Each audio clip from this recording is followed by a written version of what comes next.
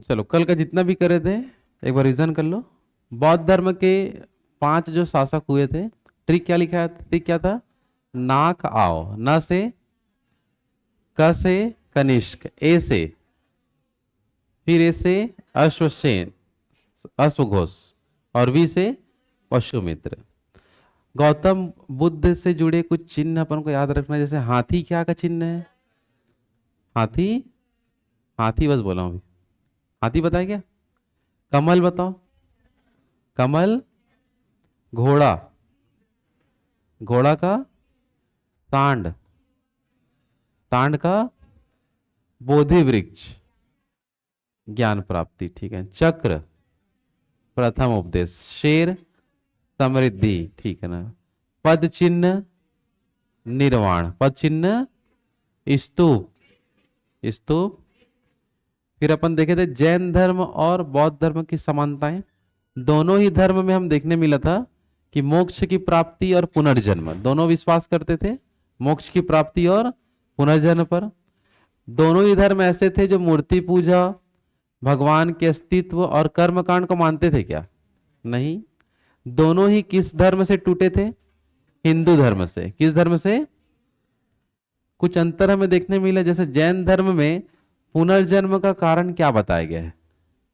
तो आत्मा को, और बौद्ध धर्म में इच्छा को, ठीक है ना। जैन धर्म में मोक्ष प्राप्ति के लिए कौन सा विधि? संलेखना विधि। कौन सा विधि? जबकि बौद्ध धर्म में, बौद्ध धर्म में अष्टांगिक मार्ग। आ रहा समझ में? जैन धर्म में ज्ञान प्राप्ति को कैवल्य, और बौद्ध में मोक्ष, बौद्ध में मोक्ष। आ रहा समझ में? जैन धर्म और बौद्ध धर्म के विनाश का कारण देखे थे। सबसे पहला कारण क्या था? हिंदू धर्म का विरोध करना, ये बहुत बड़ा कारण देखने मिला। इसके अलावा मूर्ति पूजा, कर्म कांड का भी क्या करना? विरोध करना, है ना। और जितने भी जाति थे, हिंदू जाति, ये सब का विरोध करने लगे थे। और उसी बीच में फिर कौन आ जाता है? शंकराचार्य, जो हिंदू धर्म को आगे बढ़ाने के लिए क्या किए? हिंदुओं को जागरूक करते गए और सबको किसमें जोड़ते गए? हिंदू धर्म में। तो ये हमारा जैन धर्म बौद्ध धर्म हो गया था। फिर पढ़े थे आजीवक संप्रदाय। क्या पढ़े थे? आजीवक संप्रदाय के संस्थापक बताओ। मोंगली पुतिस गोसाल, क्या नाम है? और अशोक के पिताजी जिसका नाम क्या है? बिंदुसार, उन्होंने कौन सा धर्म को ही अपनाया था? आजीवक संप्रदाय को मानता था। समझ आ रहा है? अशोक ने अपने समय में आजीवक संप्रदाय के जो भी संत थे या मानने वाले थे, उनको कौन कौन सी पहाड़ी दान में दिया था? बराबर की पहाड़ी, सुदामा गुफा और दशरथ गुफा। आ रहा समझ में? है ना। और भागवत धर्म को आप प्रवर्तक किसको मानते हैं? वासुदेव कृष्ण को। इस धर्म में अधिक जोर किसमें दिया गया? भक्ति को। जितना भक्ति करेंगे उतना पाएंगे, ऐसा करके। समझ में आ रहा है? तो भक्ति को महत्व दिया गया। और जो आपके जो वासुदेव जो थे, वो किनके समकालीन थे? अरिष्टनेमी। अरिष्टनेमी जैन धर्म के 22वें तीर्थंकर थे। भागवत धर्म में किसकी पूजा की जाती थी? कृष्ण की पूजा की जाती थी। और भागवत धर्म से ही निकला था वैष्णव धर्म। क्या निकला था? तो इस धर्म का एक लोकप्रिय स्वरूप देखने मिला हमें वैष्णव धर्म के रूप में, है ना। भागवत धर्म की प्रथम जानकारी कौन से उपनिषद में है? सॉरी, प्रथम जानकारी उपनिषदों में है, ऐसा बस है। समझ आ पा रहा है? हाँ कि नहीं? अच्छा, मेगास्थनीज की कौन सी पुस्तक में भागवत धर्म का उल्लेख मिलता है? इंडिका। और इसी के अनुसार मथुरा के लोग किनके उपासक थे? तो हेराक्लिस। हेराक्लिस का मतलब कृष्ण। और भागभद्र के दरबार में कौन आया था? हेलियोडोटस। इसने अपने, मतलब विदेशी यात्री था एक प्रकार का, इसने कौन सा धर्म को अपनाया था? भागवत धर्म को। हेलियोडोटस ने भगवान, यहीं तक पढ़े थे क्या कल? और पढ़े थे क्या आगे? नहीं, यहीं तक तो देखे थे क्या? अच्छा, पीडीएफ का तो अलग, यहाँ बता रहा हूँ, यहाँ तक यहीं तक पढ़े थे ना?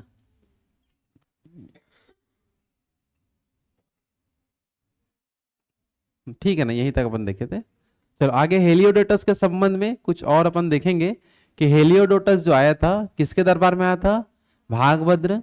और कौन से धर्म को अपना लिया था? भागवत धर्म को। किसको अपनाया था? भागवत धर्म को इसने अपनाया था। आ रहा बात समझ में? चलो इसके आगे हम समझते हैं कुछ कुछ जानकारी भागवत धर्म को लेके और क्या क्या चीज आपको पता होना चाहिए। ठीक है, तो एक क्वेश्चन आपको मिलेगा यहाँ पर, ध्यान से देखेंगे, गरुड़ स्तंभ के बारे में। किसके बारे में?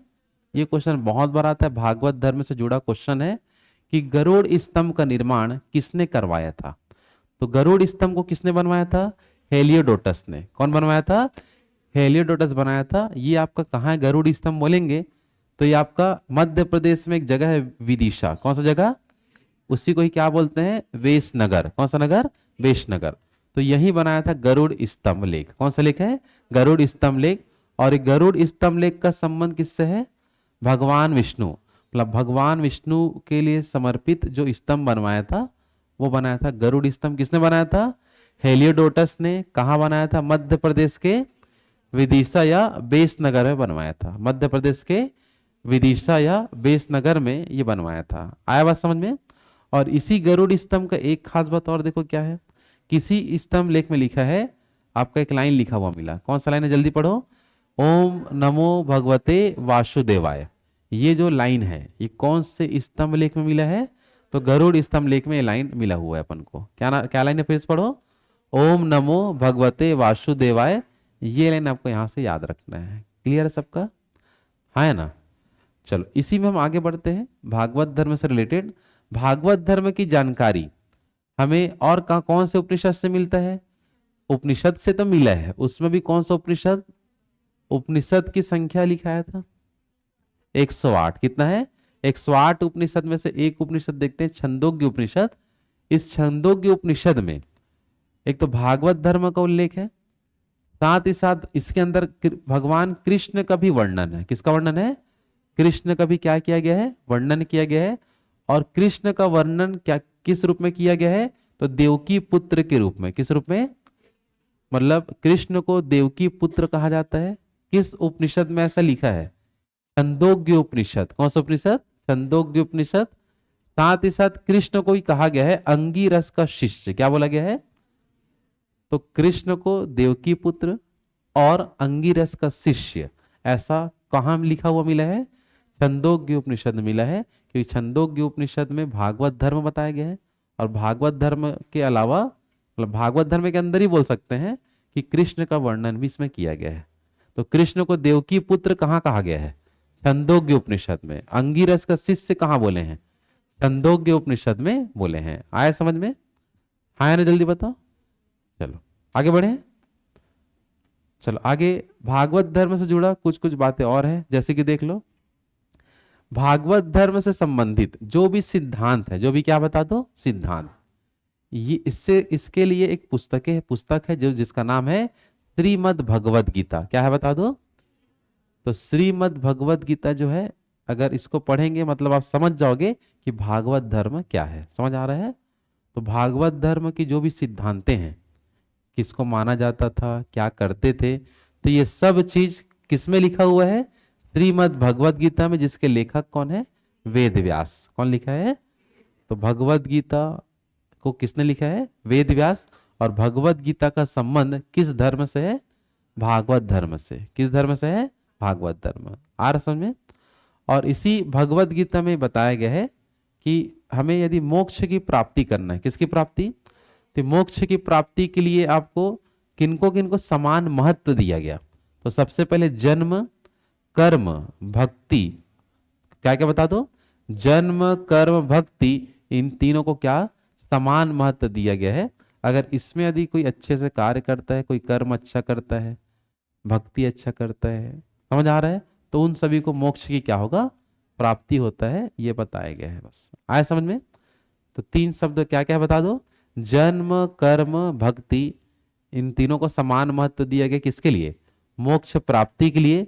और ऐसा कहाँ लिखा है बोलेंगे तो श्रीमद् भगवद गीता में। श्रीमद् भगवद गीता के लेखक वेद व्यास। कौन है? तो हमारे कॉम्पिटेटिव एग्जाम में ये क्वेश्चन बनता है बहुत बार। ठीक है, भगवद गीता के लेखक कौन है? वेद व्यास। और इसी भगवद गीता में ही एक शिक्षा दी गई है, और उस शिक्षा में एक लाइन लिखा है, मतलब भगवद गीता के अंदर तो बहुत सारी शिक्षा है, उसमें से मुख्य शिक्षा क्या है भगवद गीता के अंदर? तो उसमें लिखा है निष्काम कर्म योग। क्या लिखा है? निष्काय है, सॉरी क्या लिखा है, निष्काय है, गलती गलत हो गया था। निष्काय कर्मयोग क्या है बता दो, निष्काय कर्मयोग। इसका फुल डिटेल अपन पढ़े तो क्या होता है, कर्म करो फल की चिंता मत करो। ये जो लाइन श्रीमद् भगवत गीता में लिखा है, समझ आ पा रहा है, हाँ है ना। तो श्रीमद् भगवत गीता का मुख्य शिक्षा क्या बताया गया है, निष्काय कर्म योग। क्या लिखा है, निष्काय कर्म योग। और इसका अर्थ क्या है बता दो, कर्म करो फल की चिंता मत करो। और यह सही भी लाइन लिखा है, एकदम करेक्ट लाइन है। आप किसी भी फील्ड में अपना लो, चाहे पढ़ाई हो या लाइफ में कोई भी चीज हो, अगर आप जो चीज कर रहे हो और वो सही है तो उसका फल एक ना एक दिन जरूर मिलता है। समझ आ पा रहा है, यदि आप पढ़ाई कर रहे हो और सही ढंग से कर रहे हो तो एक ना दिन आप एग्जाम पास जरूर करोगे। मतलब समझ पा रहे इस लाइन का मतलब, अगर आप सही कार्य कर रहे हो तो उसका फल आज नहीं तो कल आपको मिलना ही है एक ना एक दिन। कौन से पुस्तक में ऐसे लिखा है, श्रीमद् भगवत गीता में लिखा है। मतलब समझ पा रहे हो कितना बड़ा ये लाइन है ना। तो आज जो आप यहाँ पढ़ाई कर रहे हो, बैठे हो, तो उसका फल एक ना एक दिन आपको जरूर मिलेगा। इसी लाइन के हिसाब से हम बता सकते हैं। आया बात समझ में, है ना। चलो, और भागवत धर्म को जो मानते थे, ये भागवत धर्म जो होता थे, उनमें हम बता सकते हैं क्या होते थे बता दो, कृष्ण के समर्थक होते थे ज्यादातर, और उन्हीं को ही बोलते थे भागवत। क्या बोलते थे, मतलब भागवत एक जो शब्द है उसका मतलब होता है कृष्ण के समर्थक। किसके समर्थक, और इसी से बना है भागवत धर्म। क्या बना है, मतलब भागवत का मतलब समझ पा रहे हो, भागवत का मतलब किनके समर्थक, कृष्ण के समर्थक को हम क्या बोलते हैं, भागवत। और भागवत से ही क्या बना, भागवत धर्म, है ना। और भागवत धर्म के जितने भी सिद्धांत है वो कौन सी पुस्तक में लिखी गई है बता दो, श्रीमद् भगवत गीता, जिसके लेखक वेद व्यास। लेखक क्या है बता दो, वेद व्यास इसके क्या है बता दो, लेखक। आया बात समझ में, आया ना। आगे बढ़े, चलो। तो ये यहां तक हमारा पूरा था कौन सा धर्म के बारे में, भागवत धर्म से जुड़े जितने भी पॉइंट थे अपन समझ चुके हैं आने लायक। अब इसके बाद जो 6वीं शताब्दी में देखो 72 प्रकार के संप्रदाय उत्पन्न हुए थे, उसमें से शैव धर्म भी एक है। समझ में आ रहा है, कौन सा धर्म, शैव धर्म भी उसी समय आपका देखने मिला। तो शैव धर्म वैसे तो देखो धर्म पहले से चलते रहता है, लेकिन ज्यादा मात्रा में जो रोल आया वो 6वीं शताब्दी से देखने मिला। किस शताब्दी से, चलो। तो शैव धर्म के बारे में देखो क्या क्या पता होना चाहिए। शैव धर्म के जो सबसे पहले चालू कौन किया था, तो उनका नाम क्या है, श्री कांताचार्य। क्या नाम है, तो शैव धर्म के प्रवर्तक किसको बोलते हैं, श्री कांताचार्य को माना जाता है। याद रखे सभी को, शैव धर्म के समर्थक कौन थे, श्री कांताचार्य। और शैव धर्म का मतलब क्या है, किनको मानने वाले, शिव को मानने वाले को ही अपन किसमें मानते हैं, शैव धर्म का भाग, या शैव धर्म को मानने वाले मतलब भगवान शिव को माना जाता है। ठीक है, और भगवान शिव को मानने वाले, इसके अलावा हम बात करें जो शैव धर्म को मानते हैं उसके अंतर्गत हम देखते हैं शिवलिंग की पूजा। किसकी पूजा, तो शिवलिंग जो था, तो शिवलिंग का पहला जो साक्ष्य है ये मिला था सिंधु सभ्यता से। कहां से मिला था, लेकिन ये प्रमाणिक नहीं है। क्या नहीं है, प्रमाणिक अपने इतिहास में। समझ में आ रहा है, लेकिन बताया जाता है कि शिवलिंग जो है शैव धर्म के अंदर शिवलिंग की जो पूजा पाठ करते थे, तो शिवलिंग का पहला साक्ष्य कहां से मिला है, सिंधु सभ्यता। लेकिन ये प्रमाणिक है क्या, नहीं है। अगर हम बात करें शिवलिंग का पहला प्रमाणिक साक्ष्य, तो ये मिला है मत्स्य पुराण में। कहां से मिला है, तो ये दोनों आपको ध्यान रखना, क्वेश्चन आपको सिर्फ ये बोलेगा शिवलिंग का पहला साक्ष्य, सिर्फ ये बोला तो किस में टिक लगा कहोगे, लेकिन शिवलिंग का पहला प्रमाणिक साक्ष्य कौन से पुराण में, मत्स्य पुराण। शैव धर्म को चालू कौन किया है, श्री कांताचार्य। कौन किया है, शैव धर्म का मतलब किसको मानने वाले, साथ ही साथ शिवलिंग की पूजा पाठ करने मिलते हैं। समझ में आ रहा है, और साक्ष्य को लेकर याद रखा दोनों क्वेश्चन। और शैव धर्म को सबसे ज्यादा मानने वाले मिले दक्षिण भारत में। कौन सा भारत में, तो ये ध्यान रखना है, शिव धर्म को मानने वाले सबसे ज्यादा कहाँ के थे, दक्षिण भारत के लोग मानते थे। आया बात समझ में, आया ना। चलो फिर से बताओ, शैव धर्म के संस्थापक बताओ। शैव धर्म का मतलब शिव को मानने वाले, किसकी पूजा पाठ करते थे, शिवलिंग। शिवलिंग का सबसे पहला साक्ष्य सिंधु सभ्यता, और पहला प्रमाणिक साक्ष्य मत्स्य पुराण। सबसे ज्यादा शैव धर्म को मानने वाले दक्षिण भारत में आए। क्लियर है सबको यहाँ तक? कुछ कुछ इतिहास में कुछ कुछ ऐसे शासक आए जो शैव धर्म को मानते थे। किस धर्म को मानते थे? तो इसको हम याद करेंगे चुप चालू राष्ट्र। कैसे याद करते हैं? फिर से बोलो। चुप चालू राष्ट्र किस धर्म को मानने वाले? शैव धर्म को मानने वाले जो शासक आए उसका ट्रिक क्या बनेगा हमारा? चुप चालू साक्ष। तो चू से आएगा आपका चोल वंश, प से पल्लव वंश, प से क्या आएगा? चालू से चालुक्य वंश, चालू से, और राष्ट्र से राष्ट्रकूट वंश, राष्ट्र से। तो ये चार प्रमुख आपके वंश पता होने चाहिए जो किस धर्म को मानते थे? शैव धर्म। कौन सा धर्म? शैव। याद रखे सभी को। ट्रिक बताओ क्या है? चुप चालू राष्ट्र। तो च से अपन फिलहाल चोल वंश, प से चालू से, चालू से राष्ट्र से, राष्ट्र से राष्ट्रकूट वंश। क्लियर है तक सबका? हाँ है ना? चलो तो फिर से अगर बता दो, शैव धर्म को मानने वाले शासक बताओ। अच्छा सीधा नाम बताओ, ठीक मत बताओ। चलो बताओ। सबसे पहला जोर से बोलो, चोल वंश। दूसरा पल्लव वंश। तीसरा चालुक्य वंश। और चौथा राष्ट्रकूट वंश। याद रखा सबको। तो इससे पहले अपन जैन धर्म का भी देखें कौन कौन मानते थे, बौद्ध धर्म का भी देखें। तो ये क्वेश्चन बहुत ज्यादा आता है कि कौन से वंश वाले, कौन से शासक किस धर्म के अनुयायी थे, इसको आपको पूछ देता है। क्लियर है सबका? और इसमें से ज्यादातर पूछा गया राष्ट्रकूट वंश। कौन सा वंश? कौन से धर्म को मानते थे? तो शैव धर्म। कौन सा वंश? क्लियर है सबका? हाँ है ना? मतलब शैव धर्म को मानते थे लेकिन बीच बीच में कोई शासक आते थे जो दूसरे को मान लेते थे। ऐसा भी हुआ है बहुत जगह, लेकिन प्रॉपर उस धर्म को हिसाब से अपन वो बता देते हैं। क्लियर रहते सबका? आगे बढ़े। चलो, शैव धर्म का प्रचार प्रसार करने के लिए किस प्रकार के संतों ने आगे बढ़े थे? तो शैव धर्म का प्रचार करने के लिए जो संत आए उनको बोलते हैं नयनार संत। क्या बोलते हैं? तो एक क्वेश्चन आता है, नयनार संत जो थे वो कौन से धर्म का प्रचार प्रसार किए थे? शैव धर्म का। वो भी कौन से काल के दौरान? तो जब पल्लव वंश चलता था। कौन सा वंश? दक्षिण भारत में। कौन सा वंश? पल्लव वंश। तो उस समय इसने दक्षिण भारत में कौन से वंश का प्रचार प्रसार किया था? शैव धर्म का। कौन सा धर्म का? किस काल में? तो पल्लव वंश के शासन काल में। कौन से वंश में? पल्लव वंश। है ना? और शैव धर्म का जो सिद्धांत है, इसमें शैव सिद्धांत के 4 जो पद होते हैं उसमें क्या क्या नाम आपको याद रखना है? तो आपको यहां दिखा है विद्या, योग, कर्म और चर्चा। इस शब्दों को बस आपको याद रखना है। क्वेश्चन सिर्फ ये आता है शैव सिद्धांत के 4 पद। क्या बोलेंगे? शैव सिद्धांत के 4 पद के नाम बताइए। तो क्या क्या बताओगे? विद्या, योग, कर्म, चर्चा। फिर से बोलो, विद्या, योग, कर्म, चर्चा। क्या चीज है ये? शैव सिद्धांत के 4 पद। शैव सिद्धांत के 4 पद के नाम बताइए। पहला विद्या, दूसरा योग, उसके बाद कर्म और लास्ट में चर्चा। क्लियर है तक सबका? हाँ है ना? कुछ कुछ विदेशी यात्री आए, जैसे कि इसमें से एक है मेगास्थनीज। कौन आता है? नाम लिखा चुका हूं कि कौन कहां से आया था, याद है ना? शुरू शुरू में देखे थे विदेशी यात्रियों का, चीन से, यूनान से। समझ आ रहा है? हाँ है ना? लिखे हो कि नहीं लिखे हो? तो मेगास्थनीज कहाँ था? मेगास्थनीज कहीं लिखे हो? हाँ, मेगास्थनीज देख लेना, पुराने अगर मिल जाएगा तो ठीक है, नहीं तो अपन ऐड कर लेंगे ना। चलो, तो मेगास्थनीज का एक पुस्तक है जिसका नाम है यात्रा वृत्तांत। कौन से पुस्तक?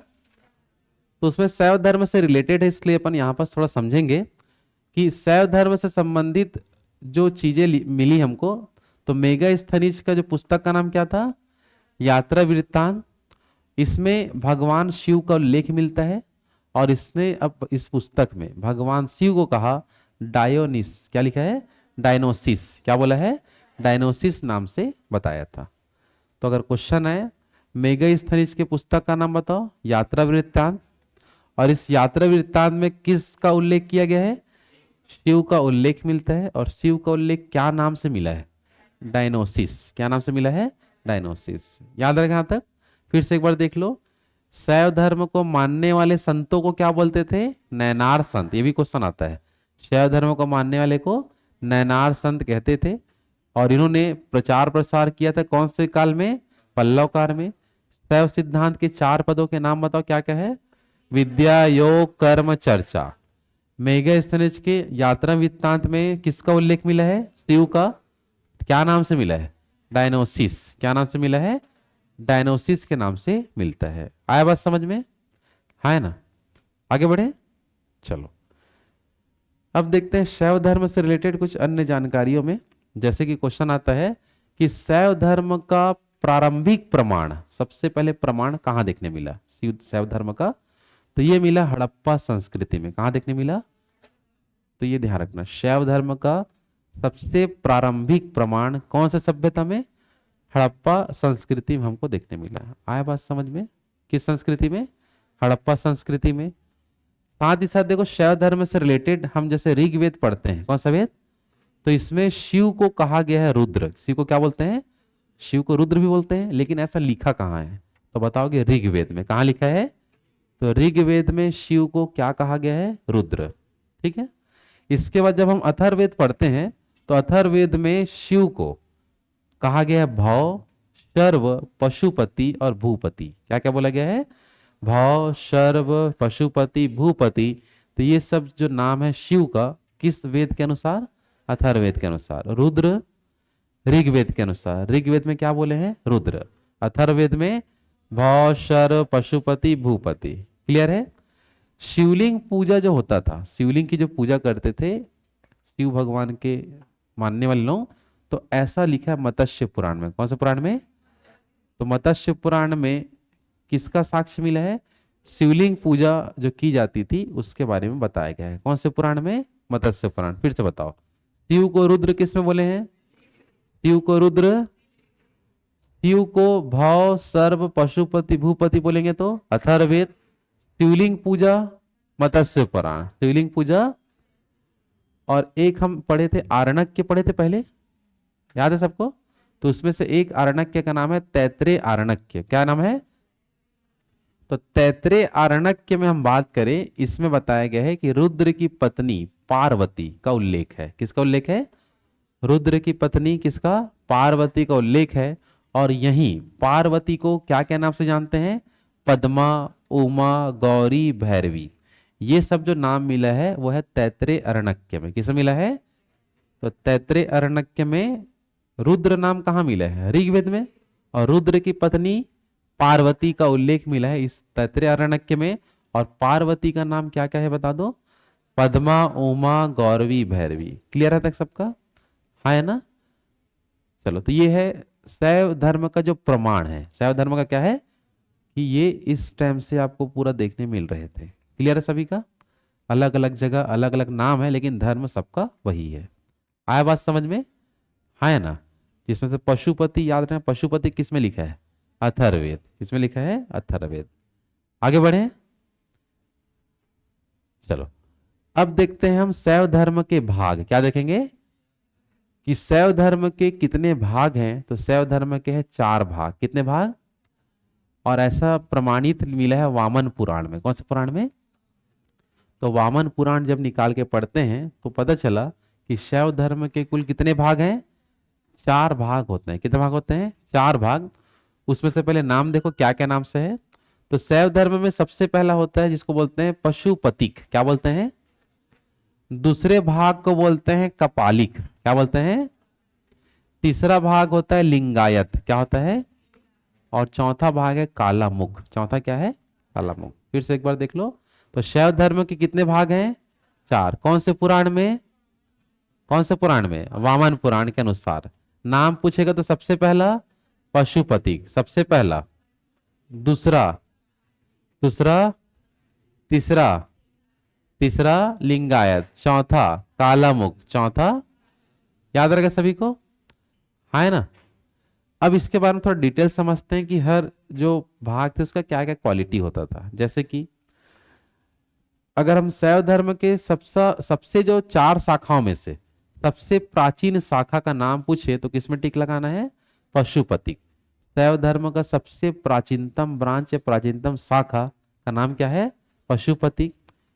पशुपति का जो संस्थापक कौन है? तो उसका नाम है लकुलिश। कौन है बता दो? कि जो पशुपतिक शाखा किसने स्थापित किया था? लकुलिश नामक व्यक्ति ने किया था। और ये लकुलिश कौन है बोलेंगे तो इसमें देखेंगे भगवान शिव के कुल कितने अवतार, कितने अवतार? उसी 18 में से एक ये है लकुलिश, ऐसा बताया जाता है। आया बात समझ में? है ना? तो भगवान शिव के कुल कितने अवतार? उसी 18 अवतार में एक किसको मानते हैं? लकुलिश, जो कौन से शाखा की स्थापना किया था? पशुपति। क्या बताएंगे? और पशुपति जो शाखा था इसकी एक पुस्तक है, एक ग्रंथ है जिसको बोलते हैं पशुपत्र सूत्र। क्या बोलते हैं? तो पशुपत्र जो सूत्र है ये पशुपतिक जो संप्रदाय था या शाखा था उसी के अंतर्गत ये पुस्तक का नाम है। क्लियर? सबका नाम क्या है बता दो? पशुपत सूत्र। क्लियर है सबका?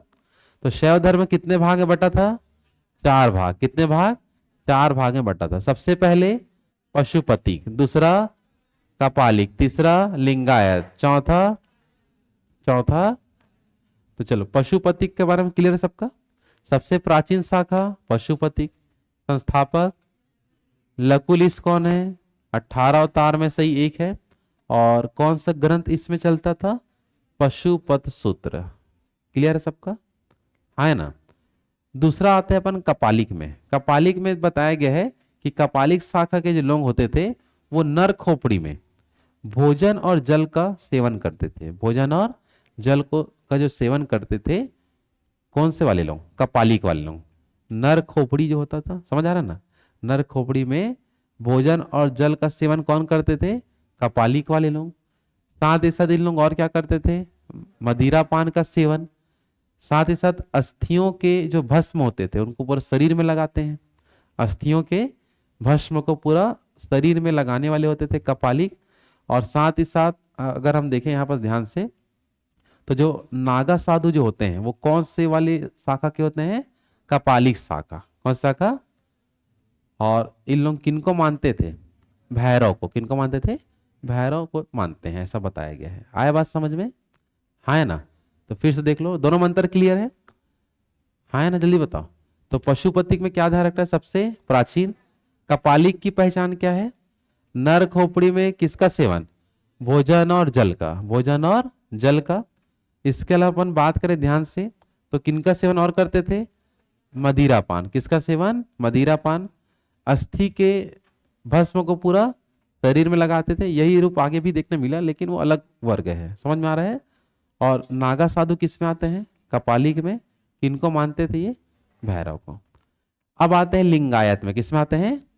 लिंगायत जो है सबसे ज्यादातर देखने मिलता है कर्नाटक में। कहाँ मिलता है? मतलब दक्षिण भारत में सबसे लोकप्रिय शाखा तो है लिंगायत शाखा। कौन सी शाखा? और लिंगायत शाखा जो है इसको चालू किसने किया था? तो उसका नाम है अल्लभ प्रभु। क्या नाम है? और इसी का एक शिष्य था जिसका नाम है वासव। शिष्य का नाम क्या है? तो अल्लभ प्रभु और उनके शिष्य जिनका नाम क्या है? वासव, जिन्होंने क्या चालू किया? लिंगायत शाखा। और उन्हीं का ही ये प्रचार प्रसार भी करते थे वहां। है ना? और इसके अंतर्गत हम बात करें सबसे इंपॉर्टेंट खास बात है शिवलिंग पूजा करते हैं इन लोग। क्या करते हैं? तो शिवलिंग पूजा करने वाली जो शाखा होती है इसको क्या बोलते हैं? लिंगायत शाखा। शिवलिंग पूजा करने वाले को लिंगायत शाखा। और लिंगायत शाखा के अंतर्गत जो शिव के उपासक जो होते हैं, शिव के क्या बोलेंगे? उपासक जो होते हैं, मतलब कुल मिला के ये बताना है मेरे को कि लिंगायत वाले लोग मुख्य रूप से किसके उपासक होते हैं? शिव के उपासक होते हैं। है ना? जल्दी बताइए। और इसी लिंगायत शाखा को ही बोलते हैं जंगम। क्या बोलते हैं? या इसी को बोलते हैं वीर शिव संप्रदाय। क्या बोलते हैं? तो जंगम हो या वीर शिव संप्रदाय हो, सब किसका नाम है? लिंगायत वाले का ही नाम होता है। आए बात समझ में? तो फिर से एक बार देख लो। लिंगायत सबसे ज्यादा कर्नाटक या दक्षिण भारत में सबसे लोकप्रिय लिंगायत। प्रारंभ करने वाले लोग कौन है? अल्लभ प्रभु और उनके शिष्य वासव। किनके उपासक होते हैं? शिव के उपासक। लिंगायत को ही क्या बोलते हैं? जंगम। क्या बोलते हैं? या तो वीर शिव संप्रदाय के नाम से जानते हैं। और इसमें सबसे मेन क्या देखने मिलता है? शिवलिंग पूजा। क्या देखने मिलता है? शिवलिंग पूजा वगैरह इसी में आपको मिल जाएगा। आया बात समझ में? है ना? चलो तो तीनों में एक बार देखो, पशुपति का खास बात बताओ। सबसे प्राचीन शाखा, चालू करने वाला, लकुलिश, कपालिक वाले लोग नर खोपड़ी में भोजन और जल ग्रहण करते थे, मदिरा पान का सेवन करते थे और शरीर में अस्थियों के भस्म को लगाते थे। समझ में आ रहा है? लिंगायत वाले लोग कैसे होते थे? सबसे मेन किसकी पूजा? शिवलिंग पूजा करते थे। शिव के क्या होते थे? उपासक। और इन्हीं को ही हम क्या बोलते हैं? जंगम या वीर शिव बोलते हैं। चालू कौन किया था इसको? अल्लाह प्रभु और उनके शिष्य वासव। क्लियर है तक? चौथी जो शाखा आता है जिसका नाम है काला मुख। क्या है? काला मुख का हम बात करें तो इसी को ही क्या बोलते हैं? महाव्रतधर। क्या बोलते हैं? काला मुख को ही और क्या नाम से जानते हैं? महाव्रतधर के नाम से जानते हैं। हाँ कि नहीं? और इनमें भी सेम इसी टाइप का रूप देखने मिलता है, लेकिन दोनों अलग अलग होते हैं। ठीक है? इन लोग भी क्या करते हैं? चीता की भस्म को शरीर में लगाते हैं। चीता के भस्म को शरीर में लगाने वाले भी ये होते हैं, लेकिन काला मुख से ज्यादा फेमस कौन होता है? कपालिक। कपालिक वाले लोग मेन होते हैं। ज्यादातर देखोगे मंदिर अंदर जाओगे बड़े बड़े, समझ आ रहा है? तो जो साधु लोग जो बैठे रहते हैं वो कपालिक वाले होते हैं। कौन से वाले? कपालिक। पूरे भस्म को अपने शरीर पे लगाए होते हैं। आया बात समझ में? हाँ है ना? जल्दी बताओ। चलो तो फिर से एक बार बता दो। शैव धर्म के कुल कितनी शाखा? कितनी शाखा? 4। सबसे पहला पशुपतिक, दूसरा कपालिक, दूसरा कपालिक, तीसरा लिंगायत, चौथा दक्षिण भारत में लिंगायत। दक्षिण भारत में लिंगायत वालों किसकी पूजा? शिव की, शिवलिंग पूजा। कौन सी पूजा? सबसे प्राचीन शाखा पशुपतिक। सबसे प्राचीन नर खोपड़ी में जल वल का सेवन कपालिक। और यही कपालिक वाले ही ज्यादा मात्रा में अपन देखने मिलता है शरीर में क्या लगाते हैं? भस्म वगैरह लगाते हैं। यहां तक क्लियर है सबका? चलो कुछ कुछ मंदिर देख लेते हैं जहां से हमारे एग्जाम में ज्यादातर क्वेश्चन आता है। देखो, प्रमुख हम शैव मंदिर का बात करें तो उसमें सबसे फेमस मंदिर है कैलाशनाथ मंदिर। कौन सा मंदिर? ये आपका है एलोरा महाराष्ट्र में। कहा बता दो? और इनका निर्माण किए थे राष्ट्रकूट वाले लोग। राष्ट्रकूट वंश के जो शासक हुए थे उन्होंने ही कौन सा मंदिर बनवाया था? कैलाशनाथ मंदिर का निर्माण कराया था। आया समझ में? और कहाँ है मंदिर आपका? एलोरा महाराष्ट्र। तो क्वेश्चन आएगा। क्लियर सबका? कैलाशनाथ मंदिर कहाँ बता दो? एलोरा महाराष्ट्र। कौन से वंश वाले लोग बनवाए थे? राष्ट्रकूट वाले। क्लियर है? दूसरा जो मंदिर फेमस है जिसका नाम है राज राजेश्वर मंदिर। कौन सा मंदिर? ये बहुत बार आ गया है क्वेश्चन। ठीक है? राज राजेश्वर मंदिर का निर्माण करवाया था राजा राज प्रथम। कौन करवाया था? और ये था चोल वंश का। कौन सा वंश का? दक्षिण भारत में ही है। और राज राजेश्वर मंदिर है तमिलनाडु के तंजौर में। तमिलनाडु के तंजौर जो सिटी है, तंजौर जो शहर है, वहां आपको मिलेगा राज राजेश्वर मंदिर। समझ में आ रहा है? तो नाम किस पर है? राज राजेश्वर मंदिर का नाम किस शासक के नाम पर रखे हैं? राजा राज प्रथम के नाम पर ही रखे हैं। और इसी को ही बोलते हैं वृद्धेश्वर मंदिर। कौन सा मंदिर? तो वृद्धेश्वर मंदिर बोले या राज राजेश्वर मंदिर बोले, दोनों वही है। समझ आ पा रहा है? तो यहां से क्वेश्चन आपको मिलेगा कि राज राजेश्वर मंदिर या वृद्धेश्वर मंदिर कहाँ है, तो क्या बताओगे? तंजौर तमिलनाडु। किसने बनवाया था? राजा राज प्रथम ने, जो कौन से वंश का शासक था? चोल वंश का क्या था? शासक। यहां तक क्लियर सबका? हाँ कि नहीं? तो फिर से एक बार देख लो। प्रमुख शैव मंदिर में 2 मंदिर एकदम फेमस है। पहला कैलाशनाथ मंदिर देखने मिलेगा महाराष्ट्र वाला, और दूसरा राज राजेश्वर मंदिर देखने मिलेगा तंजौर वाला। क्लियर है सबका? हाँ कि नहीं? इसके अलावा अपन देखें शैव धर्म से रिलेटेड आपको ये भी चीज पता होना चाहिए कि जो कुषाण वंश के शासक थे, कौन से वंश वाले? उसने अपनी जो राज मुद्रा होता था, राजघरानों में जो चलता था राज मुद्राएं, उसमें शिव और नंदी का चित्र मिला है। किसका? शिव और नंदी का चित्र किनमें, किनके राज मुद्रा में देखने मिला? कुषाण वंश के राजाओं ने जो सिक्के लाए थे, राज मुद्रा चलाया था, उसमें किसका चित्र? शिव और नंदी का प्रमाण मिलता है। एक तरफ शिव, मतलब शिव नंदी उसमें बना होता था, ऐसा होता था। आया बात समझ में? हाँ है ना? तो फिर से बता दो बिना देखे। प्रमुख शैव मंदिर बताओ क्या क्या है? सबसे पहले कैलाशनाथ, सबसे पहले। दूसरा राज राजेश्वर मंदिर। राज राजेश्वर मंदिर को ही क्या बोलते हैं? वृद्धेश्वर मंदिर। वृद्धेश्वर मंदिर कौन बनवाया था? राजा राज प्रथम। कौन से वंश वाला? चोल वंश। समझ आ रहा है? कहाँ है ये? तंजौर तमिलनाडु। कैलाशनाथ मंदिर कहाँ है? एलोरा महाराष्ट्र। एलोरा महाराष्ट्र। क्लियर है सबका? चलो, तो यहां तक था हमारा शैव धर्म के बारे में। किसके बारे में? याद रहेगा सभी को शैव धर्म? हाँ है ना? चलो, अब हम शैव धर्म के बाद आगे बढ़ते हैं, जो हमारा रहेगा मुख्य रूप से वैष्णव धर्म। कौन सा धर्म? देखो, अलग अलग पहले धर्म समझते हैं, क्योंकि सब एक साथ ही उत्पन्न हुए थे। जैसे जैन धर्म, बौद्ध धर्म पढ़े, उसी टाइम में ये सब लोग भी चलते थे। समझ आ पा रहा है? शैव धर्म, आजीवक संप्रदाय, समझ में आ रहा है? वैष्णव धर्म।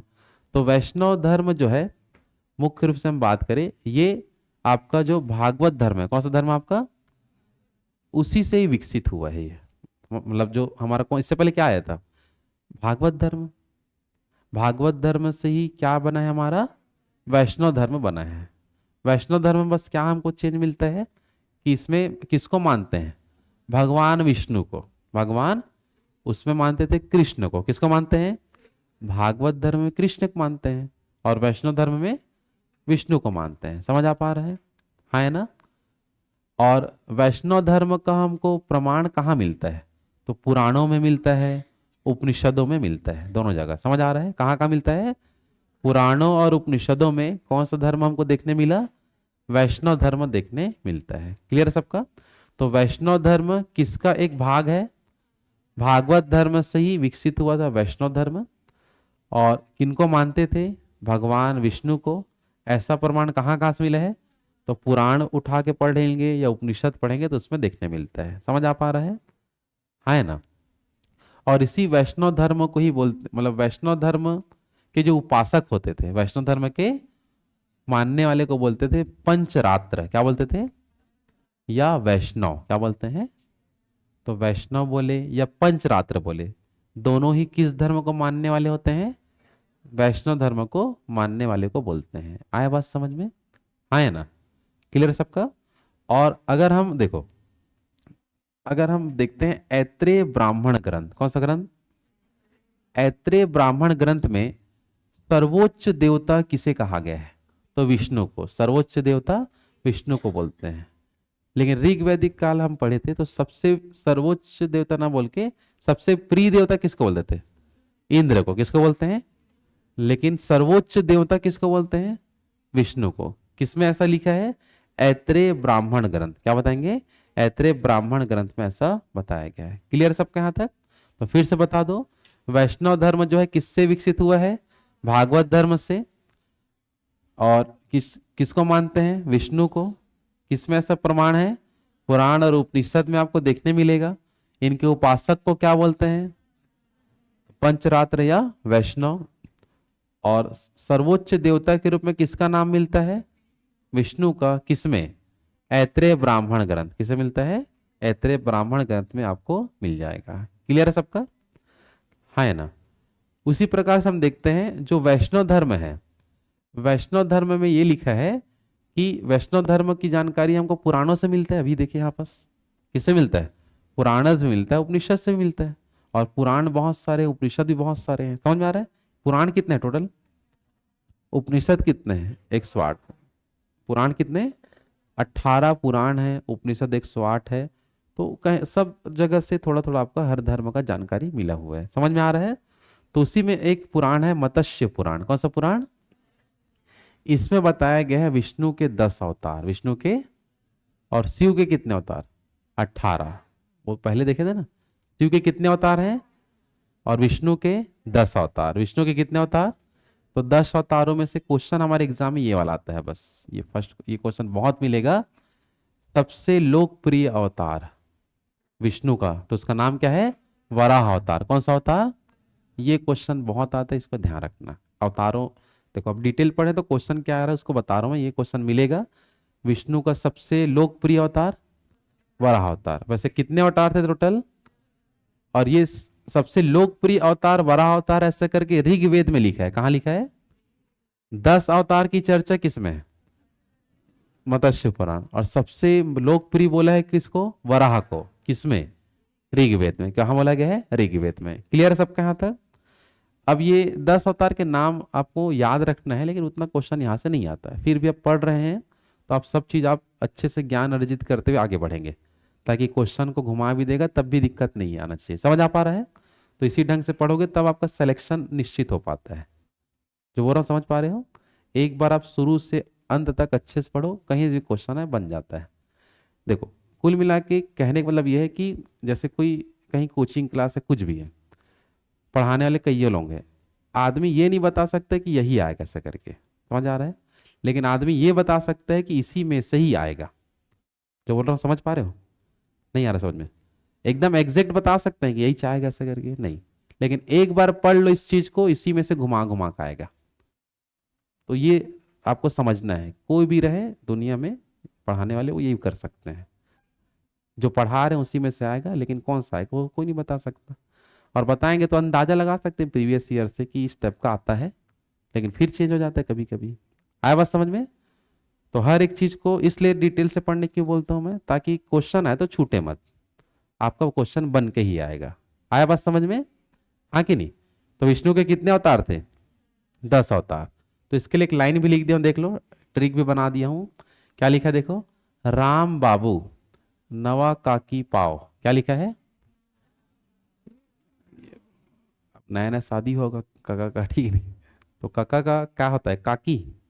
काका का पत्नी का नाम क्या बोलते हैं? काका की पत्नी क्या बोलते हैं? काका नहीं जानते? चाचा काका बोलते हैं क्या? तो लाइन ध्यान रखना बस। क्या लिखा बता दो? राम बाबू नवा काकी पाव। फिर से बोलो, राम बाबू नवा काकी पाव।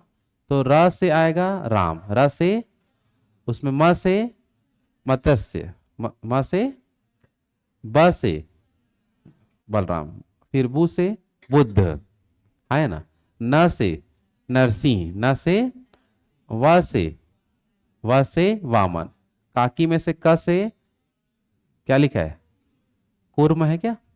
और फिर क से कल्की, फिर कु से क से क्या आएगा? कल्की, प से परशुराम, प से, और व से वराह, व से क्या है? वराह। क्लियर है सबका ना? कैसे याद करेंगे विष्णु के 10 अवतार बताओ?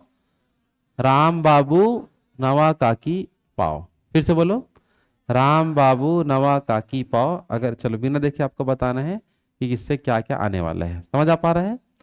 चलो ट्रिक को देखते हैं, बताएंगे। र से बताओ, र से, म से, मत, बा से, ब से, बू से बुद्ध, ठीक। न से, वा से, का से कूर्म, की से कल की, पा से परशुराम, क्या बताते हैं? और वह, तो कभी कभी आता है परशुराम किसके अवतार थे? विष्णु के। परशुराम किसके अवतार? विष्णु के अवतार में आते हैं। आया बात समझ में? और सबसे फेमस से सबसे लोकप्रिय अवतार वराह अवतार। कौन सा अवतार? वराह अवतार होता है किस वेद के अनुसार? ऋग्वेद। 10 एग्जाम ये भी क्वेश्चन आता है, विष्णु के 10 अवतार की चर्चा किस पुराण में? मत्स्य पुराण। कौन सा पुराण? मत्स्य पुराण। क्लियर है सबका? हाँ या ना? आगे बढ़े, चलो। वैष्णव धर्म से रिलेटेड आपको ये भी याद रखना है कि वैष्णव धर्म जो होते हैं इसी को बोलते हैं अवतारवाद। क्या बोलते हैं? मतलब टोटल कितने अवतार थे? 10 अवतार। तो वैष्णव धर्म को ही क्या नाम से जानते हैं? अवतारवाद के नाम से जानते हैं। क्लियर है सबका? इनमें जो लोग होते हैं क्या होते हैं? शाकाहारी। वैष्णव धर्म को मानने वाले क्या होते हैं? शाकाहारी। और इस धर्म में ईश्वर की यदि प्राप्ति करना है तो उसका एक ही रास्ता है, और वो है भक्ति। क्या बता दो?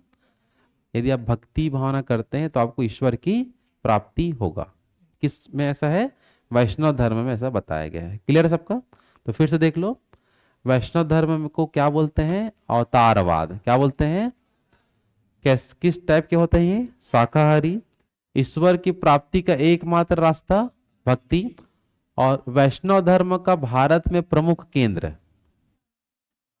कौन सा वाला? क्या लिखे? प्रमुख केंद्र क्या लिखे थे?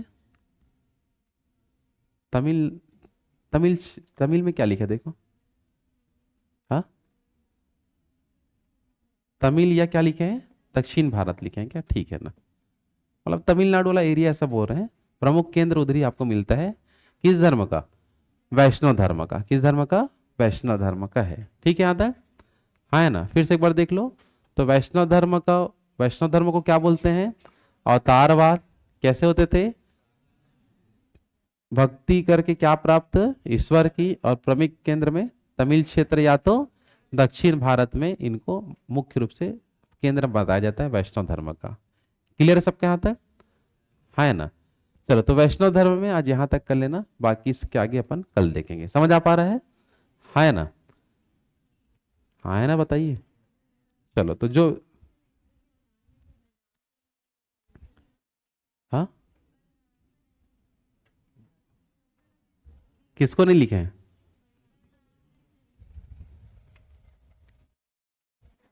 बलराम नहीं है?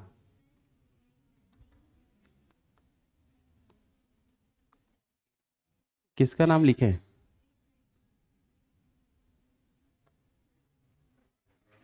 एक बार सर्च कर लेते हैं ना। चलो, एक बार इसको देख के बता देंगे क्या क्या है। ठीक है ना? फिर अल्लाह यहीं तक करते हैं।